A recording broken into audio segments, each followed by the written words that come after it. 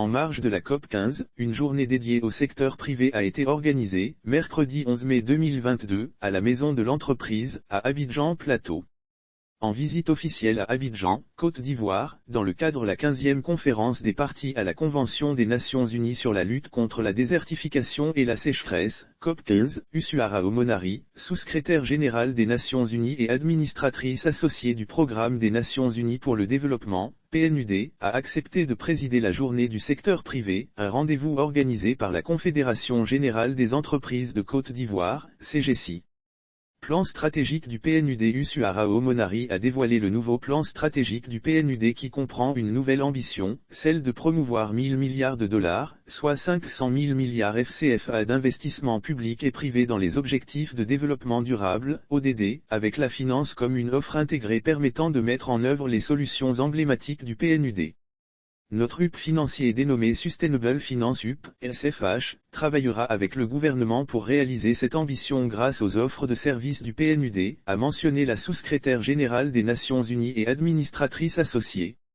Le PNUD est engagé à continuer à soutenir les gouvernements dans la formulation et la mise en œuvre de politiques et de programmes visant à développer davantage le secteur privé. S'agissant des offres de services du PNUD, Usuara Omonari a évoqué la mobilisation et l'alignement des financements publics pour les ODD, le déblocage de capitaux privés et l'alignement des opérations commerciales pour les ODD, le renforcement de la gestion de l'impact des ODD et du suivi des financements, et le développement et la mise en œuvre de cadres de financement nationaux intégrés. Lire aussi élaboration du rapport national volontaire 2022 de la Côte d'Ivoire. Voici les 5 ODD prioritaires bientôt sur la table à l'ONU. La fonctionnaire des Nations Unies a réitéré la volonté du PNUD de continuer à soutenir les gouvernements dans la formulation et la mise en œuvre de politiques et de programmes visant à développer davantage le secteur privé. Notre UP financier dénommé Sustainable Finance UP, SFH, basé à Pretoria, Afrique du Sud, travaillera avec le PNUD Côte d'Ivoire dirigé par notre représentante résidente, Madame Carole Flore Smeretniak, pour aider le gouvernement de Côte d'Ivoire et le secteur privé ivoirien à réaliser leurs ambitions, a rassuré Usuara Omonari. Différents sujets abordés. La journée du secteur privé a été l'occasion de débattre des opportunités offertes par la zone de libre-échange continentale africaine, ZLECAf, présentée dans l'étude d'impact de la ZLECAf sur l'économie ivoirienne, et de proposer des pistes de capitalisation de ces opportunités pour le secteur privé.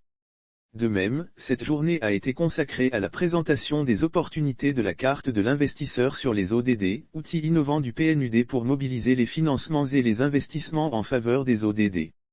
Les défis à relever en Côte d'Ivoire sont nombreux et concernent, notamment le chômage des jeunes, la migration clandestine et la montée du terrorisme, ainsi que l'inflation, la conséquence d'un déficit d'offres, exacerbé par le conflit russo-ukrainien. Représentant le président du patronat ivoirien à cette tribune, le directeur exécutif de la CGCI, Stéphane Akaandui, a soutenu que gouvernement et partenaires techniques et financiers doivent réfléchir sur les opportunités et les axes de